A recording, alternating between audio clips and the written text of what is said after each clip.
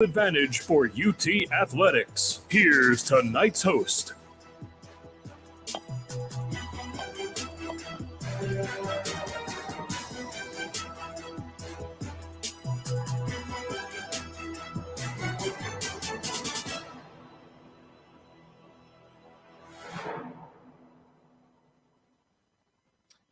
Hello, everybody, and welcome into the Friday night edition of Rock Solid Sports. A little bit of a different intro tonight. No intro music. A little, I know. little It glitch kind in of our caught me off system guard. here. Caught me off guard a little bit. Very odd. But hey, we're here. It's Friday night, man, and everybody's happy in the house. We got a three-man show for you tonight. I'm your host, Jack Foster, joined alongside Jace Brown, my guy. To my left across the glass, we got Riley Haltom. Decided to let him on the show tonight, even though he showed up like 5 minutes before we went on Hey, air. we had it planned so out for the two-man show. Man, look. Yeah. I was, waiting on my boy. I got a friend coming in from home. He's coming in, and I was waiting to get his location because he's coming in. He's staying with me for the weekend. I was waiting to get his location. He wasn't answering, and finally he answers at like 6:45. So as soon as he answered, I hopped in the car and I got out of there. It's all right. We'll forgive you, but some things just can't be forgotten, Riley. I hope you can understand that, because all my two-man show material is now useless. I had it all in my head. I was ready to roll. Jason and I were going to kill it. We can still roll with it. No, I'm not going to. I was going to say you hated football, Riley, but you're here. So that means you at least like football a little bit, because on Fridays, we talk football. It's Football Fridays. Let's get into it. Tennessee, there's a big game going down here in Knoxville tomorrow between the Vols and the Bulldogs. Not quite as big as we'd hoped entering the season. There's not a lot of significance riding on this game for either team, but it's still a big game. Number one's coming to town. It's always big. Tennessee, of course, last week losing to Missouri 36-7, one of the most disappointing performances of the Josh Heupel era. Some have said it's the worst loss. I think South Carolina still takes the cake there, but definitely top three. Man, Jace, last week, it was just so uninspiring. 7 points, the lowest Tennessee scored under Josh Heupel.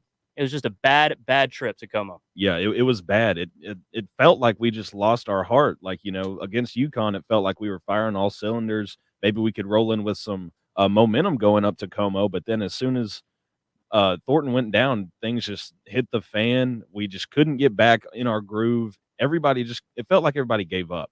And then, of course, the Drinkwitz clown act that we saw at the very end, standing on business while running away, that kind of sums up Drinkwitz. But yeah, man, it was not fun to watch. I mean, I turned it off like during the third quarter. Really? Before the bad parts came in with like the pick six at the end. Score like 22-7. Yeah, it was 22-7 at that point, but our offense was just stalling. So I was like, you know what? I can't take no more of this. Cody Schrader has already ruined my day, so I turned it off. Yeah, that's one thing I certainly didn't expect. Tennessee was able to kind of shut down Ray Davis in Lexington a couple weeks ago, who at the time was the SEC's leading rusher.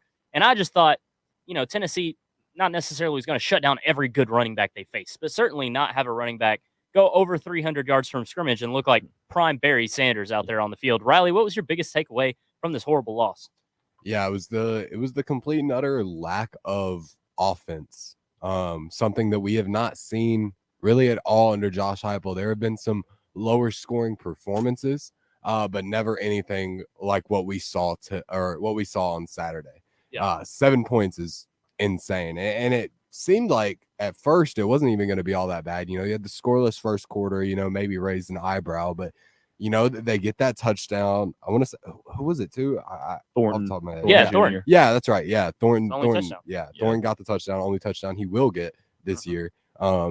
So you're like, okay, here's it seems like they're kicking into gear. Got to the second quarter, maybe they're taking a step forward. They're gonna, the offense is firing now, and then we just never saw it happen.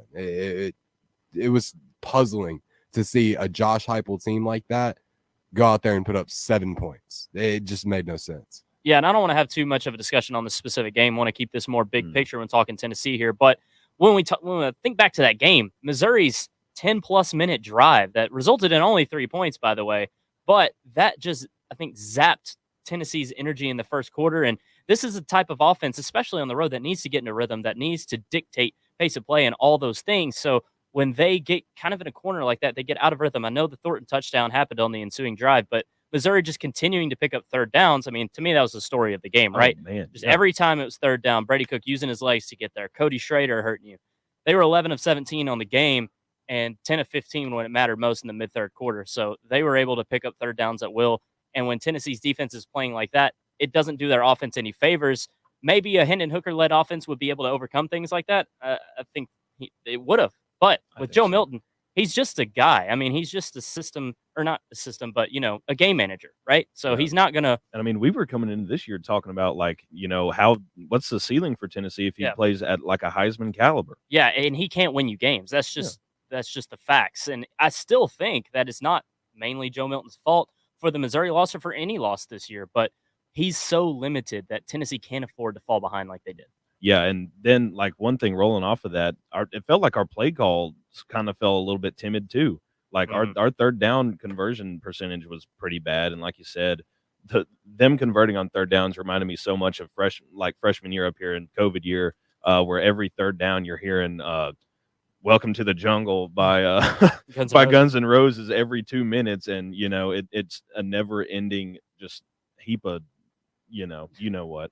But yeah, it was lack of effort, and then Joe I thought Joe played pretty decent. He led us in rushing with 36 yards or something like that. Yeah, he played fine, but again, nothing he's going to do is going to win you a game. Yeah, like you said, it kind of feels like he is in that game manager role. I'm kind of hoping Vandy, maybe we throw Nico out there early.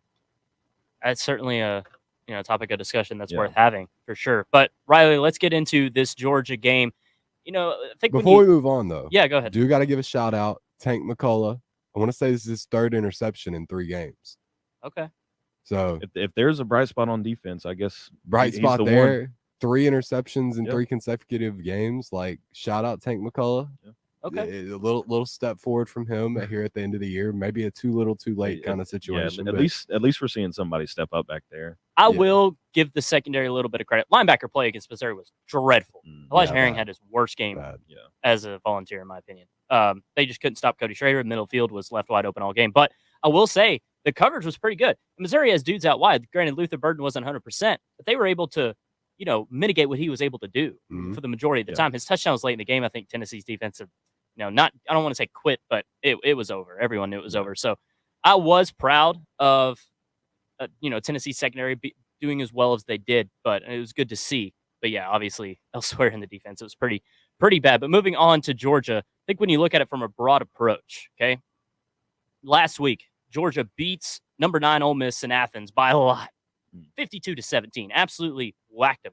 And then Tennessee obviously loses by 29 on the road to Missouri. So often we see teams have hangovers after big wins. Take Oklahoma State, for example. Wins Bedlam against Oklahoma. Good Oklahoma team. And then they get run off the field by UCF, losing 45-3. It just doesn't make sense to the brain. Yeah. But that's just how sometimes things go in college football. Teams have hangovers. Yeah. Don't want to say that a Kirby Smart coach team is capable of having a hangover. I mean, this is an elite level team, an elite level coach. It's certainly not Oklahoma State. It's 2 totally different ball games. But, maybe they catch Georgia sleeping just a little bit. Because if you look at it from Georgia's perspective, they don't have to win this game. They can still make the CFP if they win this game, or if they lose this game. And if they win it, there's no guarantee they do make college football playoff. Right. Everything for them rides on Atlanta. If they win in Atlanta, they're in no matter what to me, even if they lose to Tennessee. But if they beat Tennessee and then lose to Alabama, they're probably out, given how the rest of the college football teams are, how it's all going to go down the stretch. So this game doesn't really matter all that much to Georgia. And Tennessee, man, has nothing to lose. And that's a dangerous thing when a team has nothing to lose and is playing at home. Yeah, that, and it feels like at the top of the polls, we haven't really seen much chaos this year. Like, Michigan has had a couple, close ones, but nothing crazy. Yeah, Ohio State played not great against Rutgers, but pulled it out by still 19. Georgia hasn't really, outside of Auburn. Yeah, besides that, Missouri, who played close with them all game, haven't really been too scared. So, like you said, we don't have anything to lose. We're playing for pride at this point. We just want to make our name for ourselves. I don't know why we couldn't go out there and win. Riley? Yeah, I look at the history, right? And I said this last week, talking about my predictions for this Missouri game. I was like, Josh Heupel's held Missouri to exactly 24 points every time, and he's put up 66 and 62. And, that was my whole reasoning for picking Missouri last week. So it feels a little flawed to go into this week talking about this. But last year, Tennessee reaches number 1 in the college football playoff poll. 1 week later, goes and plays away at Georgia and then gets beat. Yeah. This year, Georgia reaches number 1 in the college football playoff poll and then now 1 week later is going and playing away at Tennessee. It's like, all right, if I'm Josh Heupel, I'm like, look, why not? Why not? Why can't? Yeah. Why? Like, they're coming here to Neyland. Why not beat them? You know, Exactly. Yeah, I mean, but like one thing is, I saw the stat earlier. Tennessee hasn't beaten a number 1 ranked team since 85. 1985. Yeah. Bo Jackson and Auburn. Like that, I think that's another thing to take into account right there, at least. It is, yeah. And, obviously Tennessee's had very eras since 85, obviously. So, but yeah, when you look at it, and Kirby Smart is the king. He's the absolute best of using stuff as bulletin board material to get his team fired up. I mean, you heard the pregame speech before the national championship against little old TCU. I mean, he had those guys ready to run through a brick wall to face TCU, of course. National championship still. And then last year, I think Tennessee was the same thing for Georgia. They were ranked number 2. Tennessee was 1. Playing in our house, and look what happened. And then I think Kirby Smart has used that for Kentucky this year. Kentucky was undefeated. People were talking, maybe this is a gotcha game. Nope. Ole Miss, same thing. Nope. Tennessee, no one's really talking about it that way. Yeah. So maybe, just maybe, Tennessee catches them sleeping a little bit. And as I said, they have nothing to lose. And hey, Vegas, man, 10-point favorites for Georgia. I think that's surprising a lot of people. Majority of the money's on Georgia. So, I'll use a phrase my good friend and coworker Ryan Shepard says. They don't have those big buildings in Vegas for nothing. So Tennessee being only a 10-point dog, I think, is telling. Yeah, I think so too. I think it's taken into account, like we've been hitting on, that Tennessee has nothing to lose. Georgia hasn't really slept up. The big thing for me is they just got done playing their most complete game of the year. Yeah, they look scary. Against a decent Ole Miss team. And, of course, Bowers is back after his surgery. And, like, we were thinking that he was going to be out. We were thinking the smart decision was to be, he's out for 4 to 6 weeks. You're likely going to win out anyways. Yeah, why sure put him back out Atlanta. there? Yeah. Exactly. Make sure he's ready for Atlanta. But, no, they throw him out there last week. And, of course, they win by 35. But, like you said, Vegas knows stuff that we don't. Yeah. It's interesting. Riley, what is something you're watching for in this game outside of just Tennessee being able to, show a pulse and bounce back and play with some intensity against the Georgia Bulldogs? Anything you're looking for in a specific, whether it be defensively or offensively? Yeah, pulse would be nice, but defensively, I'm going to be looking to see can the linebackers bounce back from last week where they were struggling to cover, these Missouri level players. You're about to be matched up with Brock Bowers. Yeah. This guy that's more than likely a top 10 pick come the NFL draft.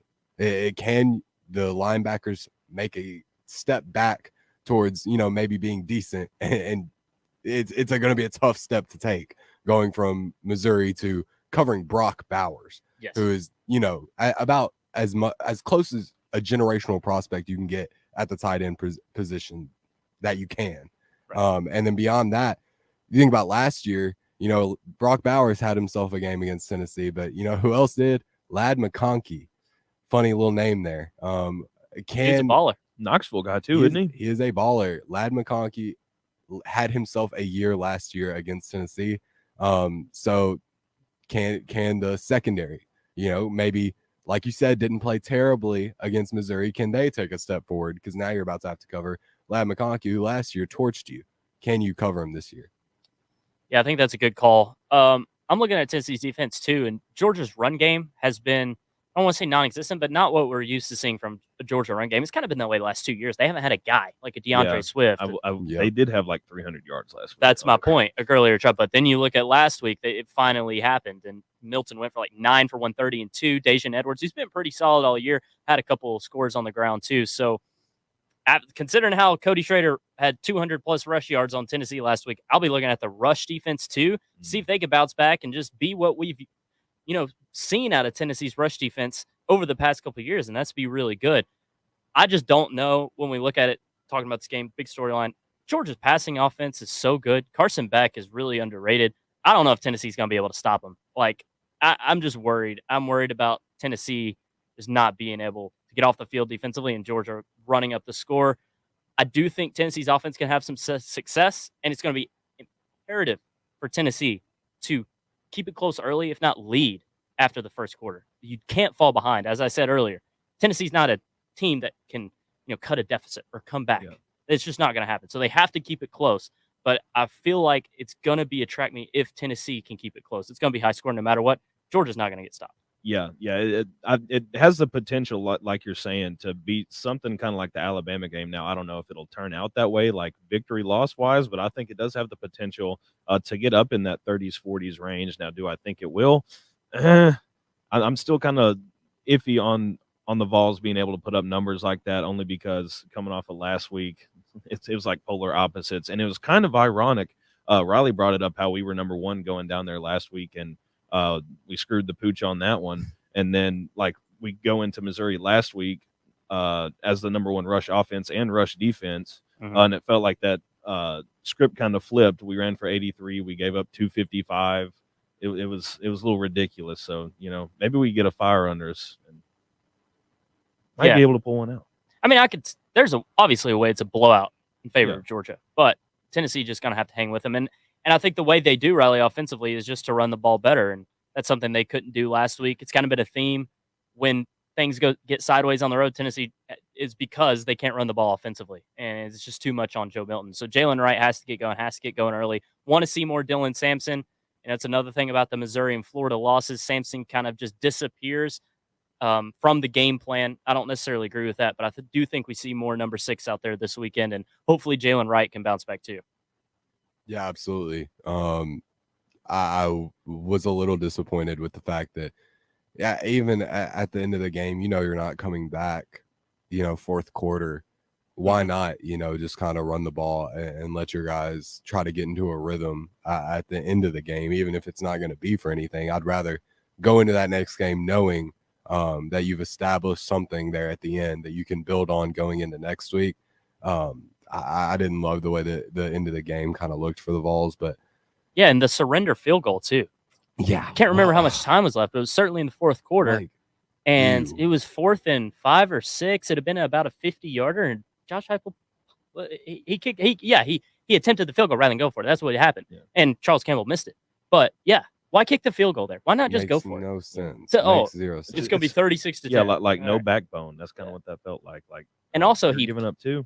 And I almost got it confused there when I was talking about, but he punted too in a similar spot earlier in the game, but second half, and he punted instead of kicking a field goal or going for it. And I believe the score then was 19-7 or 22-7. So the surrender punts, the surrender field goals, as I call them, don't want to see those, man. And they have to go for every 4th and 6 or less inside the 25, no matter what point in the game. I don't care if it's the first drive. 4th and 5 from Georgia's 23, you're going for it because you're not going to win this game kicking field goals. Absolutely. You have to be aggressive, have to punch them in the mouth early because you're not going to outclass them. You're not going to outduel them. You're going to have a couple breaks go your way, force a couple turnovers. Maybe Jalen McCullough can make it, 4 straight, Riley?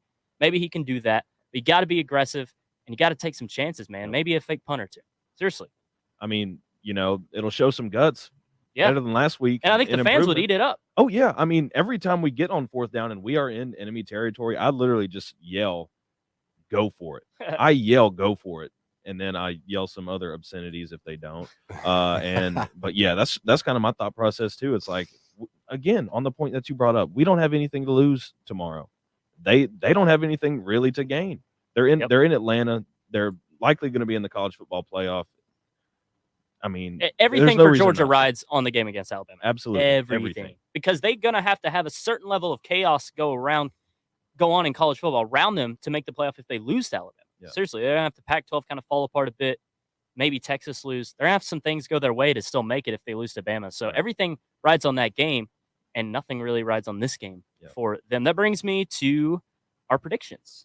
So, Jace, we'll kick it off with you. Georgia, 10-point favorites. Over-under, by the way, 58.5. Smashing that over. But who you got tomorrow in Neyland? I am also taking that over. I think it'll be by more than 10 points, sadly. I just don't think we can keep up with on offense. I think we'll score some more points than we did last year, just because it is at home, but I still think we let up quite a bit of points. I am saying Georgia 42, Vols 20. Riley. I'm going to go Georgia 35, Vols 31. Wow. 4-point game. Wow. 4-point game. Is it a 4-point game where Tennessee scores late and it looks a little better than what it was? Or is it a legit so like down last year's 13-point loss, that should have been 20. Yeah. Something along those lines. Okay. So you, Tennessee covers last minute, like kicks a little onside kick, don't get it. Hey, great teams Game cover. over. Great teams cover. okay. So yeah, that's right, Jason. Yeah. What's the yeah? Good teams win, great teams cover. Absolutely. That's right. That's the way to do it. Well, I'm taking Georgia too. And the line this morning when I did my prediction for our piece over at RocketTopInsider.com was 10.5. So I had Tennessee covering them, but I look at DraftKings right now and it's right on the nose. So that's what I have at a 10-point win for Georgia. 38-28 is what I got Georgia winning by tomorrow at Neyland. A competitive game. And dare I say Tennessee's leading at half? I honestly think it's a possibility. See it. We're a first half And then they team. fall apart. Not necessarily fall apart, but just Georgia Outpaces them. Yeah. Yeah, that makes sense. Georgia's. forces a turnover. Like I said, I just don't know if Tennessee's defense is going to be able to stop them a lot. But hopefully Tennessee can control time of possession. Man, we sound defeated. At least a right little now. bit. We sound defeated. Certainly a little bit better than last week. BVS. Did you say we It's sound real. defeated? We sound defeated, like Riley just said. BVS, man. I don't think so. I mean, look, It might be RVS, real Vol syndrome. can't make the playoff, of course. Look, staring 8-4 right in the face, but That Butch Jones special, baby. it'll all be okay. Everyone knew this was a transition year anyway.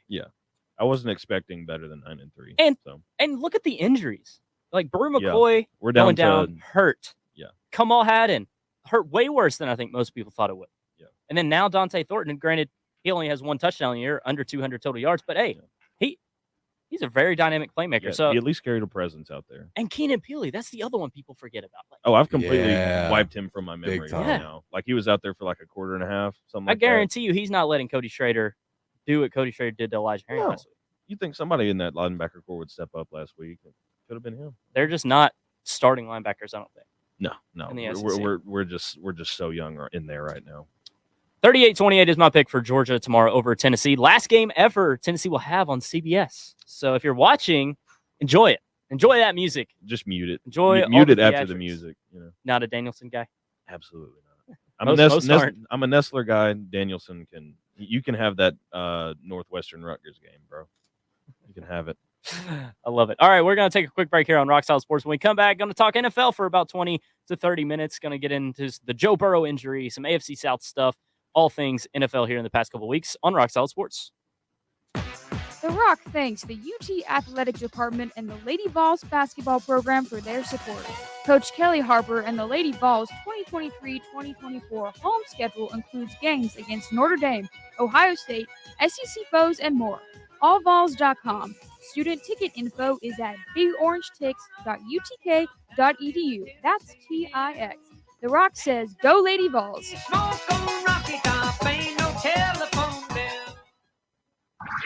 Volunteer Radio is supported by Fieldhouse Social and University Commons. Hosts a Wednesday night Rock Solid Sports broadcast at 7 p.m. Fieldhouse Social serves American craft food, beer, and cocktails. Featuring UTN Pro Sports on digital TVs around the restaurant 7 days a week from 11 a.m. to 10 p.m. FieldhouseSocial.com and their Facebook page for news and more. The Rock thanks Knoxville Ice Bears Southern Professional Hockey League team for their support. Their 2023-24 home ice season from October through April includes games with Fayetteville, Huntsville, Roanoke, and more at the Civic Coliseum downtown. Single game and season tickets at KnoxvilleIceBears.com. Rock Solid Sports features Ice Bears Wednesdays with news and updates. Volunteer Radio says, "Go Ice Bears." You're tuned to 90.3 The Rock, Volunteer Radio, WUTK FM, proudly sharing playlists with our listeners since 1982.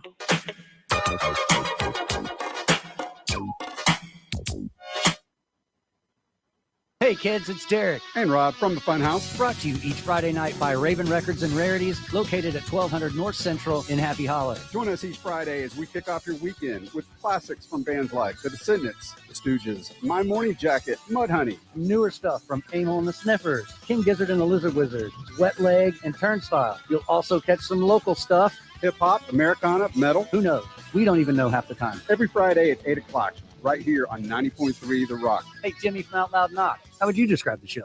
Music, blah, blah, blah, blah, blah, blah, blah. The Funhouse is co-sponsored by your downtown destination, ScruffyCity.com. Hey, everybody, got an announcement to make. Ding, ding, ding, ding, ding. 90.3 The Rock, bringing Knoxville new music first. The Rock thanks Cool Beans 1817 Lake Avenue, 1 block south of the Strip, for sponsoring and hosting the Monday night Rock Solid Sports broadcast at 7 p.m. Cool Beans is the pre- and post-game location for UT football and Knoxville's home for the NFL Sunday Ticket, Titans on the big screen, and more. Rock Solid Sports kicks off Monday Night Football with the shows live from 7 to 8 p.m. at Cool Beans. Cool Beans is 21 and over after 9 p.m. with a full and late night menu. CoolBeansBar.com or their Facebook page.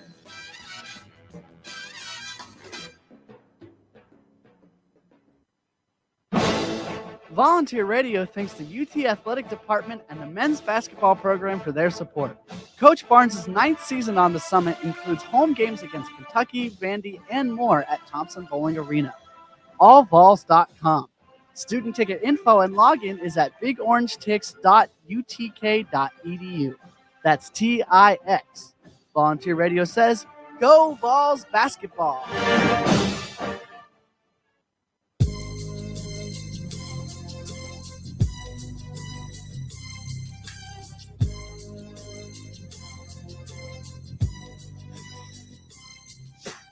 All right, everybody. Welcome back into the Friday night edition of Rock Solid Sports. I'm your host, Jack Foster, joined alongside Jace Brown, who's producing for us tonight. We got Riley Haltom across the glass. Nice 3-man show for you guys tonight. And got to give a special shout out to Miss Haltom, Riley's wonderful mother, who reminded us in the first segment, hey, Dolly Parton's in town. I didn't even mention it. How could I not mention that the Queen And she's singing Rocky Top tomorrow. She's singing Rocky Top tomorrow. Is that true? I guess. I heard it on Twitter. Did you see? Was that a Richard G. West tweet, Jace? I don't think so. Mm. I know. It's okay. I know. She said, like, on her new album that just came out last night, that she did have a rendition of Rocky Top on there. So I do think that there is a real possibility that Maybe. she does sing that tomorrow. That would be awesome. Peyton's here Mini too. Dolly concert. Yeah, Peyton's here too. Megan Maroney's here. Who's that? Some like country singer. I know she's doing like. Come on, SEC dude. Nation We're talking tomorrow. about awesome Tennessee She's figures big. here, and you. She's big. Okay. I looked her up on Instagram. She's got like 700,000 followers. She's got a fan. She's base, no right? Dolly. Yeah, She is no Dolly. Definitely Don't get me third wrong. wheel to the other two, no doubt. Absolutely, And- but still something. Yeah. Peyton will be on SEC Nation tomorrow too. So SEC Nation in town. Yep. VFL Ryan McGee coming to talk to the I had to go students to today. work. I got to miss that. Yeah. So Did mad. you go to the first one? No. And WTK alum Ryan McGee too. Gotta mention. Yeah. Shout out.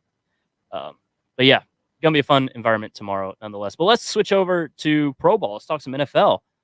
Quite the game last night. I'm not gonna say it lived up to the hype. I was excited to watch a great AFC North showdown between the Ravens and the Bengals. Joe Burrow, Lamar Jackson. But sadly, we only got a half of Joe Burrow, and then the Bengals lost by 14. It was pretty uncompetitive as once backup Jake Browning came into the game. Joe Burrow, unfortunately, going to miss the rest of the season with a torn ligament in his right wrist. This is just a gut-wrenching injury. He's now the 6th starting quarterback this year to suffer a season-ending injury. And, man, it's tough. Riley, thoughts on Joe Burrow's injury and the Bengals without number 9 the rest of the way? Yeah, you just hate to see it. We were talking about, this being one of the more exciting games on this week's schedule. You have a couple of good primetime games this week, something we don't usually see. And, something about that Thursday night football, it's just guaranteed to something's going to happen to where you're not going to want to watch the whole game. And it happened again, Joe Burrow going out, it's going to be tough for the Bengals to be competitive with Jake Browning. I know Zach Taylor was like, the season's not over, but buddy, Jake Browning's your quarterback. Yeah. I mean, and you're in the AFC. in the AFC North too. Yeah. Right. Where it's tough to win these divisional games, and it's tough for Joe Burrow to do it, much less Jake Browning. So it's going to be very tough for the Bengals at this point to even make the playoffs. From here on out, it's one of those situations where they've got to win every game with Jake Browning. Yeah. And in this type of AFC with this type of schedule, it's just not going to happen. Right. And, unfortunately for the Bengals, they weren't able to even have a cushion for something like this to happen. They're 5-5. They were hanging by a thread as it was. And that's because of Joe Burrow being banged up to start the year. So they just have not been able to catch a break all year. T. Higgins hurt. Sam Hubbard hurt. Missed last night's game. So it feels like the Bengals have just had a cursed season up to this point. Continues to be cursed. And not sure they finished with a winning record. It's just going to be a lost year for Cincinnati. But, hey, at least they paid Joe before the season. The future's still really bright for Cincy. Yeah, they've got him locked in. But like you said, I think the Bengals season is done. We've got Jake Browning out there, like you've been hitting on, Riley, and especially in the AFC North, where last week all 4 teams were in playoff spots. That has now fallen out the drain. The Bengals might be looking in the face of 5-12, depending on if they can win another game. They'll win a couple more. You think so? I mean, they still got dudes. What's their ceiling? What do you think? I don't have to take a look at the schedule, but I mean, look, They Jake can Browning. beat the Steelers. They can beat the Colts. They can maybe beat the Jags, and they could beat the Steelers again. But I doubt they win both of them. I don't So know. I'd say the they split Steelers with are Pitt. just that weird team this year, like they have been these last, like, it feels like 5 years, where they're just hanging around somehow in Right. playoff contention with like nobody that's really a standout. Yeah, you'd wish that they get Pittsburgh in their place later in the Right. year, and it's not Jake Browning's first start. But Yeah. maybe they can split with Pittsburgh. Do think they can beat Indianapolis. That's feasible, and maybe they can beat Cleveland in the jungle too. You never know. Can they beat Dobbs and the Vikings though? Maybe. I mean, I'd probably pick Minnesota in that game. Just depends on how well or bad Jake Browning's playing at that time. But like Jags on the road, Chiefs on the road, Steelers on the road. That's all going to be tough. It's a gauntlet, right? I feel there. like the ceiling's probably 7 wins. Yeah, I agree. But yeah, they're out of the playoffs. The Ravens, though, far from it. They're sitting right now as the number 2 seed in the AFC, 8-3 record atop the AFC North. They've been playing really good football this year. A couple of games haven't gone their way. Sometimes Lamar Jackson commits costly turnovers in the fourth quarter. Sometimes the Ravens just can't finish, and that's been a trend over the past couple seasons. But still, man, this Ravens team is one that's very dangerous, a Super Bowl contender. I think we'd all agree. And now the AFC North got a little easier last night, and they're sitting in a good spot. Yeah, I think they can definitely hold it down. They're past the Browns. They won a big one, lost a close one at home last week. They've had lost to the Steelers earlier this year. I think they can definitely split with them, kind of like how they did with the Browns. But yeah, I think Baltimore can hang on to this AFC North. I don't really see them having. I mean, they've still got the Dolphins, Niners, Jags, still teams that can give them a run for it. But I think they can get past the 2 LA teams, and I think they can coast in with like a 3 seed into the playoffs.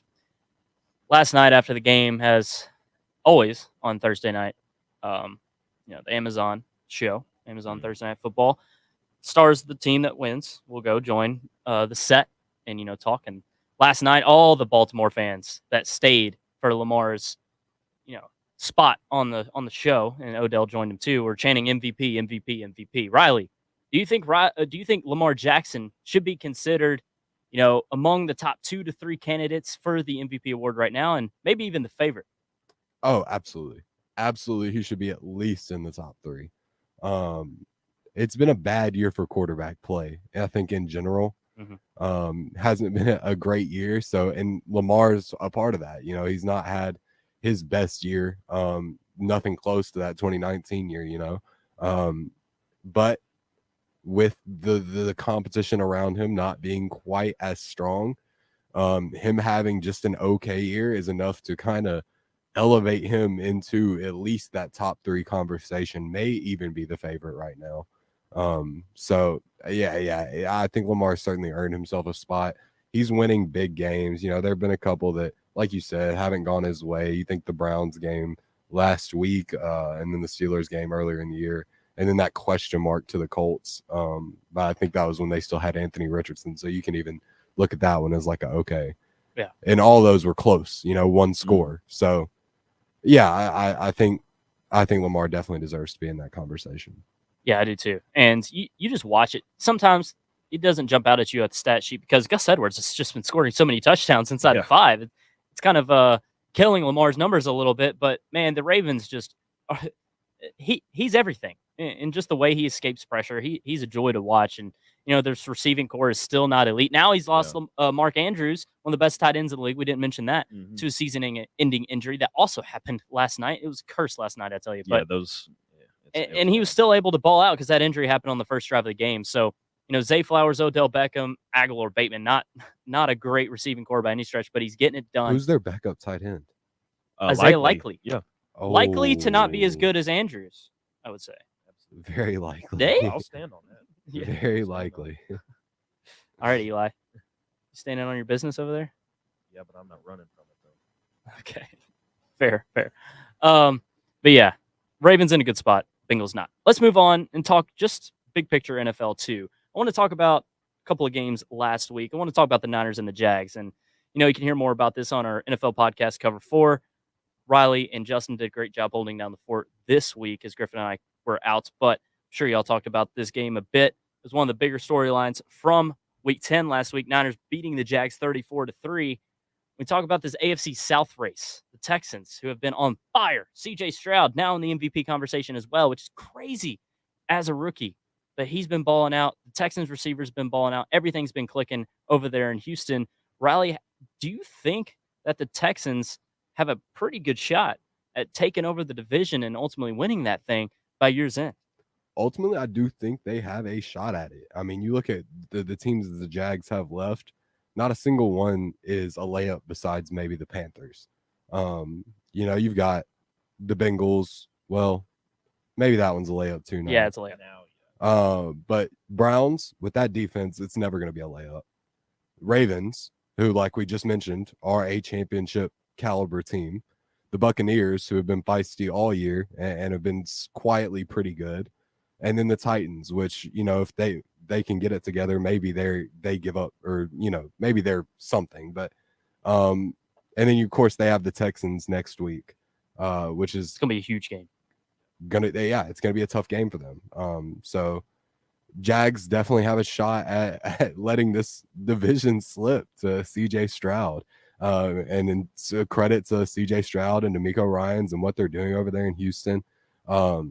With, I think, a team that's still pretty lacking in talent, overachieving quite a bit. And that's because it's all powered through a guy like C.J. Stroud. And I mean, Jace, when you look at the rest of the Texans schedule, Riley laid out the Jags, but man, Houston, they get the Jags. They get a road game against the Jets. That'll be tough. And they get the Browns. But outside that, I mean, Tennessee twice, Indy once, Denver once, Arizona once. It honestly feels like 7-1 is on the table with 5 and what would that be? 5-3 being the floor. I think this is a 10-win team, no matter which way you slice it. I think it very well could be. I think Denver has been a little bit more competitive. There we go. Yeah, I think the Denver game could be a little bit tough just because they have been playing well recently. Another one, Titans, again, not playing them twice, not been playing great. I'm not sure are they in tank mode or are they still wanting to fight? What do you think, Riley? Titans? Yeah. What do you think their status is right now? Are they going for it or are they, taking a back seat for the rest of this year? I mean, they're not just going to – I don't think they'll lose out. They'll win a few of these games. They should beat the Panthers. They should probably – they'll probably beat the Colts at home. They're not going to be, laying down. Right. I mean, no Mike Vrabel team is, but it's not unheard of that the Titans could lose every game from here on out. Right. Yeah. And going back to the Texans, I think they can beat the Cardinals. They destroyed the Jags earlier this year. I still think that's a winnable game for them. Broncos, I think, is kind of more on the table just in my eyes. Jets, I think they can go up there and win that one, even though they have been feisty. I think they beat the Titans. This can very well be a 10-11 win team. I think I don't know. No, I agree. And, I feel like Jackson and Houston will take care of business against Tennessee and Arizona, respectively, this weekend. But next week's going to be for the division. I'm just telling you right now. That Jacksonville-Houston game in NRG, actually. It's a road game for Jacksonville. It's not that great, but for Jags fans. But, yeah, that's going to be for the division, man. I just don't think C.J. Stroud's going to slow down. He's getting hot back half of the year. Rookies typically do that, and just the way they're playing around them too. Devin Singletary having a great game last week. They're very, very dangerous, and they got a heck of a coach, man. D'Amico Ryans, that Shanahan tree has become awesome. Mike McDaniel, D'Amico Ryans. I think Robert Saleh is still a heck of a coach. If only disaster didn't strike every single season for the Jets and the Zach Wilson play. Yeah, if only he would move on from Zach Wilson. Good Lord. That's been my biggest gripe with Saleh as a coach for his entire tenure in New York is the fact that he continues to stand by Zach Wilson no matter what. But I think finally, was it like last week? He finally was like, somebody asked him about him. He was like, I got no answer. Yeah, maybe finally he's ready to move on. Well, I mean, let's give him a little credit here. He was willing to move on. They brought in Aaron Rodgers, so they moved on to an extent, and then I mean, can't help it. Aaron Rodgers' Achilles ruptured in week 1. They were stuck with him. Yeah, they could have signed Carson Wentz. Yeah, they could have tried to make a trade. They needed something. But also, it's still a guy who's a second overall pick. And he had kind of been banged up throughout his career. This is the year I think we finally know that Zach Wilson's never going to be good. I think the jury was still maybe a tad bit out entering this year. Maybe just the jury a tad. had been closed for like a season. I don't know how you can say that, though, because his rookie year, it's a rookie. He's a rookie. You got to give him a pass. And then the second year, look at what CJ Stroud's he's banged up a doing. little bit. Yeah, but look, CJ Stroud's having a generational rookie year. That is not common at all. But you see what I'm saying? You don't have to, and like even Will Levis, we're seeing something from Will Levis his first year. Well, I mean, Trevor Lawrence had a horrific rookie year, but there were flashes. There were flashes. There was never. I mean, there's still flashes in Zach Wilson's game. He outplayed Patrick Mahomes on Sunday Night Football. And that's my point, though. The flashes are just now coming. The flashes weren't there his rookie year. He was terrible his rookie year. Okay, maybe the flashes are coming now, 3 years later. Inconsistent as they are, I think they've been there here and there. The flashes throughout his career, not just this year. And I mean, as I just said, this is the year to me, his third year when he got benched. You'd think a guy that got benched would be able to start playing his best football. I mean, now he knows there's no margin for error, and his career is going down quickly if he doesn't turn around. He had every opportunity to turn around this year, and what he did against the Raiders on Sunday night, what he's done so far this year, just very bad. And I thought the Jets would be able to stay in it, but some of the games they've lost, the Raiders in particular, you just can't lose that game against that Raiders team. And, you know, it doesn't feel like the Jets are going to go anywhere, which is sad because, man, if they were able to squeak their way into the postseason, Jace, Aaron Rodgers potentially coming back, that would have been a story for the ages. I mean, there's still that on the table, I think, with Aaron Rodgers coming back. I mean, have they given that timetable yet? I think it was, December? Yeah, he said he could return in December. I mean, and also, let me check the schedule real quick. Something I noticed while you're looking up, I noticed today, Kirk Cousins had a press conference. I think the first time he spoke since he tore his Achilles, and he was talking about how the surgeries have become a lot better for Achilles.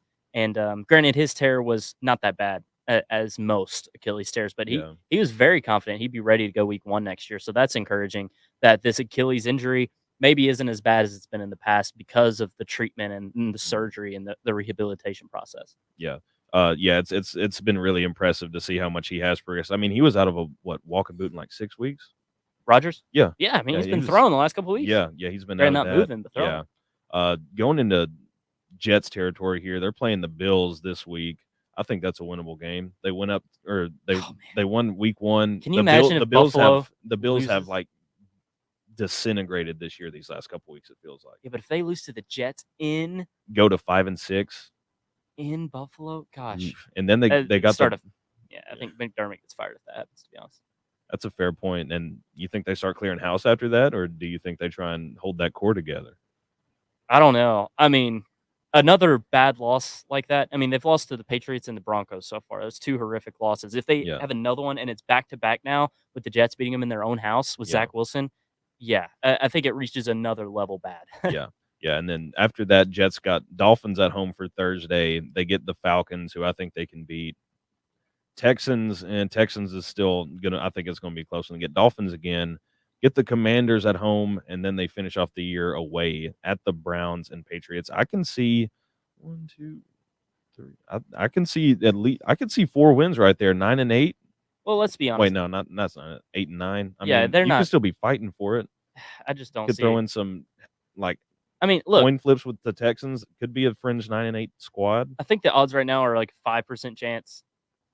I mean, just put it in a nutshell. They lost to the Raiders right now. I mean, that was an absolute must win. They're not making the playoffs. It's just not going to happen, Riley. But when you look at this, the other battle for the 7 seed, let's talk about the Bills for a second. We touched on them a little bit.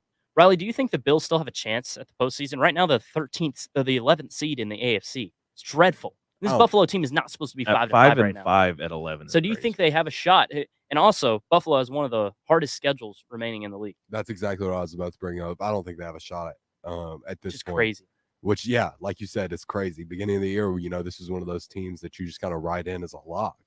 But through one thing or another, and through Josh Allen not having his best year, it's looking like they're going to miss the playoffs. Traveling to Philadelphia to play the Eagles, you're going to lose that one. You're traveling to Kansas City to play the Chiefs in Arrowhead. You're going to lose that one. Then you host the Cowboys. That's not easy. You go to LA to play the Chargers. Not easy.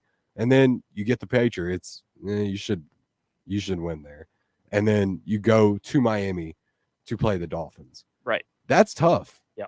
That's not an easy schedule. And one that I could very easily see them losing all besides maybe the Patriots game. And the Jets this weekend. Yeah. Yeah. And the Jets this weekend. I mean, a 7-10 Bills team, like, to me, that's especially after these last few years where we've seen the glimpses of what they can be. Right. Like 13 seconds, man. I think that killed him. Yeah. I mean, that was the turning point of that franchise. Yeah. It's just so hard to come back from that because the year prior, they lose a close one in the AFC title game to the Chiefs. Then they get them the next year. And it's like, okay, revenge time. They had the game won. And, that's just a killer, man. That's a killer. And Diggs is unhappy too. Yeah. Got Trayvon saying he needs to go. That's not helping matters. I can promise you that. No. But let's talk about Trayvon's team for a second. It's the Dallas Cowboys. And Trayvon obviously not playing, but the Dallas Cowboys defense been really dominant this year. Dak, talk about the MVP conversation. I'm not a Dak guy, but holy cow, the numbers he's putting up, granted, feasting on horrible teams, but it's impressive. You got to give it to him. They've been trouncing everybody, and CeeDee Lamb playing at the best level of his career, 3 straight with at least 10 catches into 150 yards. That's an NFL record. So they got one of the best wideouts in the league. Riley, this Cowboys team, I know the Eagles are better. They've already won the head-to-head. Looks like the Eagles are going to win the division again. But do you think this Cowboys team should have the label of a Super Bowl contender? I don't know if I'd say they're a Super Bowl contender, but I certainly would say that they are a NFC championship contender. Or to make it there. Yeah, to make it there. I feel you. Yeah, right. Because despite what you just said about Dak, I think he's actually played pretty well in this last stretch of 4 or so games. Right. In total, 14 touchdowns, 2 interceptions. Oh, yeah. That's what I'm saying. He's been feasting. I mean, and it's been against Philadelphia, the Chargers, the Rams, and the Giants. Giants have some talent there on that defense. It's not like that defense is completely terrible. They have some talent there. Philadelphia, we know what Philadelphia is. They're great. They're great up front. They are great up front. They've kind of gotten beat a lot. Their secondary is a little depleted. You're right. Rams defense isn't terrible. Not great, but they're not terrible either. And the Chargers defense, same thing. They have talent. They just have bad coach. So it's not like Dak is doing this against the worst teams, bottom 4 teams in the league in terms of defense. He's not playing terribly. His last bad game was against the 49ers, which is probably the best defense in the league. Yep. So I think, and as you mentioned earlier, Cover 4 podcast picked him as my dog of the week for that reason. He had an incredible game against the Giants. Absolutely went off. 5 total touchdowns in that game. And when Dak is playing like this, when he's protecting the football like he has in this last stretch of 4 games, the Cowboys are a hard team to beat. So I think going forward, they certainly have a shot at maybe making the NFC title game. I don't think they beat either the Ravens or the Eagles, the Niners or the Eagles, but I think they certainly could make it there. And that's 2 of the teams they've lost to, too. And you look at those games, it's like, okay, maybe the Cowboys are still not quite on that level. And then the third team they lost to was led by this guy named Josh Dobbs. Who's that? Yeah. Josh, former Tennessee volunteer, the astronaut. Hey, Jinx, the man himself, Josh Dobbs, been an absolute beast this year. We're talking about some interesting storylines around the league. There is not a more interesting storyline than Joshua Dobbs this year. Of course, started the year with the Cardinals. Now a Minnesota Viking has won his past 2 as an underdog in both games against the Falcons and the Saints. Has these Vikings in prime position to make, run to make the postseason. They have a 2-game lead for the 7 seed, and who knows, maybe he can make a playoff run himself. But Jace, Josh Dobbs, it's crazy. There should be a documentary on this season. Absolutely, yeah. I mean, bouncing around. This is his 3rd team this year, if we're including that preseason stuff. Going into these new systems and immediately making an impact has been nothing short of just incredible to see. And I think it's something that, Vol fans have been waiting for, to see him get his shot. We knew what he had whenever he was up here. We saw the glimpses of greatness. We saw his play. It was just, he was a solid guy. got the job done for the most part, and wasn't really just like a game manager. He could go out there and make plays when it's needed, and I think he's done exactly that in Minnesota. And I think they do have a really, really nice shot with him at the helm, going out and making a playoff push. But yeah, just this year has been awesome. Just seeing him succeed has been something I've been yearning for. I've been waiting for him to do that since he was in Pittsburgh, and finally being able to see him thrive. Now fully, he did it. He wasn't the best, like win wise in Arizona wasn't great, but now in Minnesota, seeing him thrive with a team that's better, I think it's a perfect fit. I mean, the team is just much better, right? Absolutely, yeah. This is the first good team. Yeah, Dobbs has he's started been for. surrounded. Yes. He's surrounded by talent that can get the job done. I think there's not a better spot for him. Right Yeah, now. because Dobbs was never going to be that quarterback that lifts you to a win by himself, right? Right. He needs some talent around him, and I still think that he struggles with fumbles a little bit too much to be just a given starting quarterback somewhere in the league. But what he did last week was probably one of the most remarkable things I've ever seen a quarterback do. And now he did it again this week against the Saints, which, again, talking about it earlier with the Dallas Cowboys, this is not a layup defense. Yeah. The Saints are not one of those bottom four defenses. That's a tough defense to go in there and do what Josh Dobbs did to them. I mean, they're a good team. And what he does on the ground, what he does through the air, he has the ability to get the ball to those playmakers accurately. Jordan Addison, Justin Jefferson right around the corner, might be coming back here soon. And then you got Ty Chandler, another VFL, who had himself a touchdown. What, didn't he? A touchdown? Yeah, he had a touchdown last week. Right. Yeah. He had a touchdown last week. So shout out him as well. But Josh Dobbs can win this Minnesota team some games. And I think they're just spicy enough that I think they could do a little playoff upset. I think they could be a little. There could be something fun there. Oh yeah, it'd be nice if they could get the 6th seed and wouldn't have to play the Niners, right? Yes. Yes. Because then they could go play. Let's see who. I guess it would be Detroit, which would be or tough. Dallas. Well, Dallas would be a wild card. I'm saying the Eagles or Niners or one or two. Right. If the Vikings can somehow get to 6 over Seattle and then go to Detroit, or it's going to be Detroit, right? Yeah. If it's not the Niners at the 3, it's going to be Detroit. So maybe they could play spoiler for sure. Yeah. But Josh Dobbs, heck of a year so far. Going to be fun to continue to watch him do his thing. Sunday Night Football this week. Get him under the microscope against the Broncos, who are coming in on their own little 3-game win streak. Going to be fun there on Sunday night. We're going to take a quick break here on Rock Solid Sports. When we come back, we're going to give a lock and upset for this upcoming week slate in the NFL, and then get on out of here. Let the Funhouse take over when we come back on Rock Solid Sports. The Rock thanks the UT Athletic Department and the Lady Vols basketball program for their support. Coach Kelly Harper and the Lady Vols 2023-2024 home schedule includes games against Notre Dame, Ohio State, SEC foes, and more. allvols.com. Student ticket info is at bigorangetics.utk.edu. That's TIX. The Rock says, go Lady Vols. The Rock thanks Knoxville Ice Bears Southern Professional Hockey League team for their support. Their 2023-24 home ice season from October through April includes games with Fayetteville, Huntsville, Roanoke, and more at the Civic Coliseum downtown. Single game and season tickets at KnoxvilleIceBears.com. Rock Solid Sports features Ice Bears Wednesdays with news and updates. Volunteer Radio says, go Ice Bears! The Rock receives support from Fieldhouse Social, a fun and laid-back restaurant that offers American craft food, cocktails, and 40 beers on tap, with a 25-foot live TV and a full lounge area for sports fans. Open 6 days a week right on campus at University Commons, where football, food, and fun come together. FieldhouseSocial.com. The Rock receives support from Cool Beans Bar and Grill, the Rock's Monday night spot for Rock Solid Sports live broadcasts fall and spring semesters. Cool Beans has been Knoxville and UT's source for food, beer, and fun for over 20 years. Open 7 days a week on Lake Avenue next to campus. CoolBeansBar.com. Hi, this is Derek and Rob from the Funhouse. It was brought to our attention that our show and the things that we do could be seen as childish and not funny. Sophomoric. Vapid. Stupid.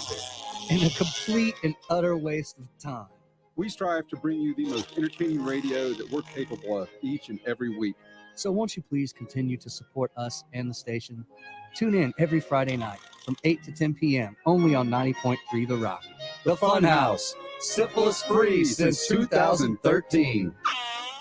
Stop by the Funhouse Friday nights from 8 till 10, only on 90.3 The Rock. The Funhouse is proudly sponsored by Raven Records and Rarities and Happy Holler, providing Knoxville with vinyl and more for nearly 40 years. And by ScruffyCity.com, your downtown destination.